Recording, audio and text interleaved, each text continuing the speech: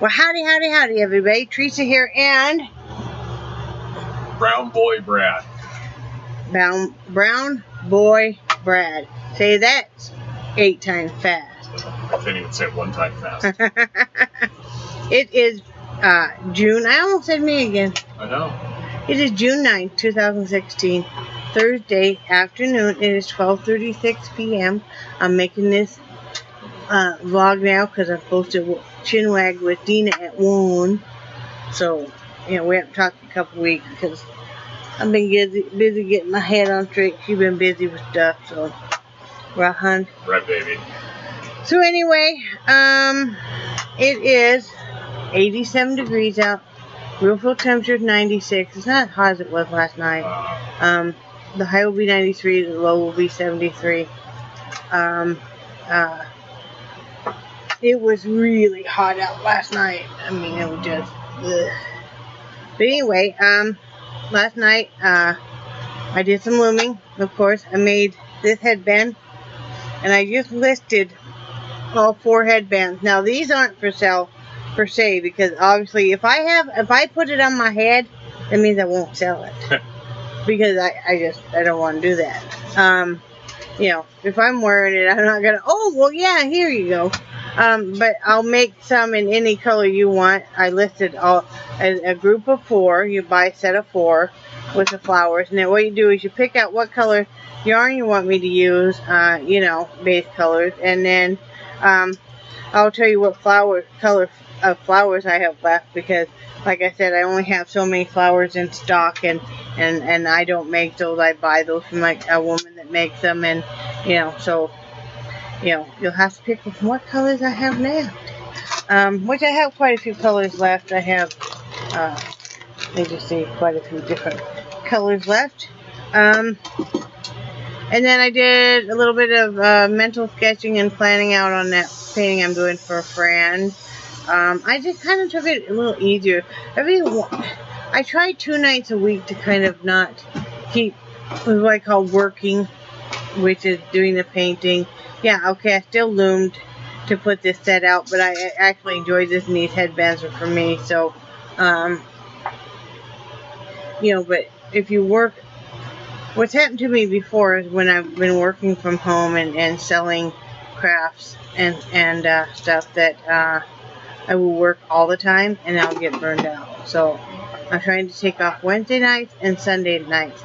On my night, if I don't feel like painting and I don't feel like looming, and maybe I just want to sit and watch a movie and do nothing, that's fine. Otherwise, I treat it like a job, and I'm going to commit a certain amount of hours every day to it. I have kind of my set hours, and then, my set off hours. So, it would kind of equate to working kind of part-time, maybe. Wouldn't you think? We kind of treat it that way. We went down and took showers last night. My experience was not a good one. I didn't realize that the shower stalls were not all created equal. And the middle one is for a super skinny person. Somebody about 6 foot tall and 60 pounds. Yeah. I mean, because the retaining wall, and when you squeeze yourself in between there, and then you get back in there and you feel all closed in, and of course, that closed in and stuff, there was hardly any light at all. It was so narrow and stuff, you couldn't even get dressed. You couldn't move your arms without banging your elbows into the walls and stuff. So, I'm going to figure out something to do here in the RV, because either we're going to fix the shower, or I'm going to be doing a lot of baths out of a kettle, out of a pan. So, and then washing my hair in the sink, because, yeah, that's just not working for me. That's not bringing up some PTSDs, too, that just are not good. I'm kind of done with it. And I walk in there, and there's like, that was the only shower stall available. The other 2 were busy. There's only 3. Then there were people in the toilet stalls, of course, and then there were 2 women standing out by the sinks, and they were smoking, which you're not supposed to be smoking in the bathrooms at all. That's just rude. And I just felt so trapped in. And here's all this cigarette smoke coming my way, and I'm like, damn it, I'm showering. I don't want to smell like your cigarette. I'm sorry. I'm not trying to be offensive to anybody that smokes. Because I used to be a big old smoker. But, when you're trapped like that, and I mean, there's courteous smokers and then there's the rude smokers. I always was a courteous smoker, and I don't even vape in enclosed areas. I won't even vape around kids. Somebody said, oh, they don't understand why people don't allow e-cigarettes in some of the public buildings. I'm like, it doesn't bother me. And I just, it's just like if you smoke and stuff, I can wait till I get out, to my vehicle or outside or whatever. But I don't vape around kids because, I just don't want to offend anybody. Well, didn't you tell me that they were working on a law that you cannot smoke in a vehicle with somebody under 18? You saw that on Facebook too. Yeah. They're working on that, yeah. I mean, each to their own. It's your kid and your choice. Sadly, yes, I did smoke in a vehicle with my children, and I'm very sorry that I did, but I grew up that way too, and I didn't realize the dangers of it or how it can be. But anyway, so we're going to figure out something different on that because that's just not working for me. Brad doesn't mind it, but everybody's different, and I just, I want to be able to shower or bathe in private, and be able to get fully dressed and everything and not, be almost a mad panic. So we're going to work on that. Made French toast last night for dinner because that's what somebody would die to have. Weren't you, honey? Yes. And you made enough for lunch today? For breakfast, you mean? Yeah, that too. I made enough for breakfast today. Did we have it for breakfast? Nope. Why not? Because somebody ate it all. Bradley ate it all. I had 4 pieces of it, and they're half pieces of bread. So I had 2 pieces of bread, and I had like 27. Yeah. I don't make. He likes it once in a while when I'll make it where I actually use oil and I actually kind of fry it and stuff, not doing the oven frying. He was begging for that. It'd been about 20 years since I made it that way. So he really enjoyed it. So yeah. So and then this morning after we got it outside and did the dogs and everything and talked about future plans and stuff, I listed the headbands on Etsy. My link is below. And I also put the link on Facebook, so if you're friends with me on Facebook, you'll see the link already. It'll just be easy to click on it if you're interested. That's how we're eating right now and how we're surviving is by what I'm selling. So every bit helps. I'm going to be doing some painting later on. I'm using canvas board, and the bigger the canvas board, sometimes it'll kind of bow, just because, first of all, the shrink wrap and canvas normally wants to bow anyway. So Brad has it outside and got some heavy stuff set on it to make it lay flat for me. I'm dealing with some paint issues today. The paint has been quite something for a couple of days. And it really makes a difference to us. When you were younger, you could sit on any kind of surface. Remember, honey? Oh, yeah. And it didn't matter. It didn't hurt you and stuff. Now, it's like, I used to laugh at the older people carrying around a pillow. Yeah. Not now. Yeah. But my sciatica is really acting up, and my knees are too. So, a little bit slower today. I'm having a little bit of a mental difficulty adjusting to that. And then feeling very closed in because there's only about 6 feet from the next person, parked in this RV camp. They really pack them in. Like the RV park and stuff, but they really, really, I feel, pack us in way too tight. And then you're getting a lot of the 1 or 2 day campers that come in with their tents and they don't care and they're not polite. They leave their trash. They make a lot of noise and stuff. So, just feeling kind of, wigged out about that. It doesn't take much to wig me out sometimes. I don't do people well. I just don't. I mean, if I'm dealing with you one-on-one or a couple of you, I do great. And you'll think that I'm just awesome. Maybe. But hopefully a crowd and stuff, or if I don't want to deal with anybody, I won't deal with anybody, right, honey? Yeah. You know, it's just the way I am. Yeah. I'm not. Yeah. Well, you know, and I'm a lot the same way. I mean, I can put on the professional face. Yeah. And I can put on an act. But, you know, if we're ever in a big crowd and I just don't want people messing with me, I put that look on my face that says, if you talk to me, I'm going to kill you. Oh, I thought that was just because it was like, if you talk to my wife, I'm going to kill you. Well, that too. But it's just general, yeah. Yeah. Get the hell out of my way. Yeah, basically. Mr. and Mrs. Personality and a social butterfly, we are not. No. No.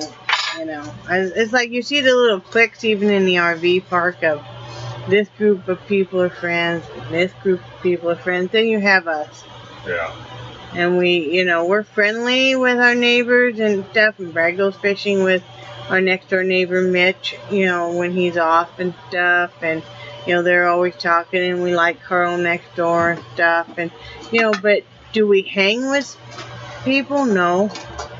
I see where different people hang with each other, and it's like, no, we just kind of stick to ourselves. Of course, I'm usually working, and even though Brad, he's gonna do some jewelry making when he gets some time. He keeps pretty busy though, and I think he is seeing what I mean about how busy you keep with just, I'll have some cheese this time too. Keep so busy with just doing things around the house. You know, especially when you're trying to save money and stuff. So you're cooking a lot from scratch. You're doing stuff that's you know, the old-fashioned way and not the more convenient way. You're not nuking food or anything. So, you keep pretty busy, huh? Yeah. Just taking the dogs in and out. Yeah. And the big dogs need to be walked at least once a day, so they get their exercise. You know, because, you know, they used to have a big yard to run in, so now, you know, they have to be taken for a walk once a day, and Brad does that, because it's a little hard for me with the mobility issues to do that. I mean, I can't go fast enough for these dogs, you know. Yeah. So, yeah, he's huffing. Charlie's huffing. They enjoyed going for their walk. Charlie just did a big sigh at you. Yeah, but no, it's a hard adjustment, even though it's a good adjustment. Some of the things have been harder than I expected. Being so close in with people, the mobility issue has been the hardest because I want to be outside a lot more. But then, okay, if you're outside when it's super hot, you just, you know, we're not used to the heat yet. But even people that are used to the heat are like, no, I'm going inside. It's too bloody hot out. Yeah, and you better turn that down. I can smell it burning. Okay. He's cooking some eggs. We're just trying to make the adjustment. Trying to make the adjustment of being in a smaller space even, and all the animals and stuff. We're doing it. I have my good days and my bad days, you know, and kind of like fully living. She was talking about. I think her name's Andrea. I'm not sure, but you know, that you keep it real, and not every vlog is going to be sunshiny and stuff. And there's days where I just, you know, I'm just kind of, I don't know, what would you say? There's, you know, I mean, you can't be as nice as this place is. You know, it's not paradise. No. And you know, there's days where you'll have an emotional roller coaster. I mean, I wanted so badly to be outside like almost all the time, because living in Wyoming, you didn't get that possibility really, and you know, Wyoming is very different from Florida. Each have their good points and their bad point, but I'm finding like at night it doesn't cool down. Like in Wyoming, the temperature really drops at night. You know, like any semi-arid desert will, it really drop down at night.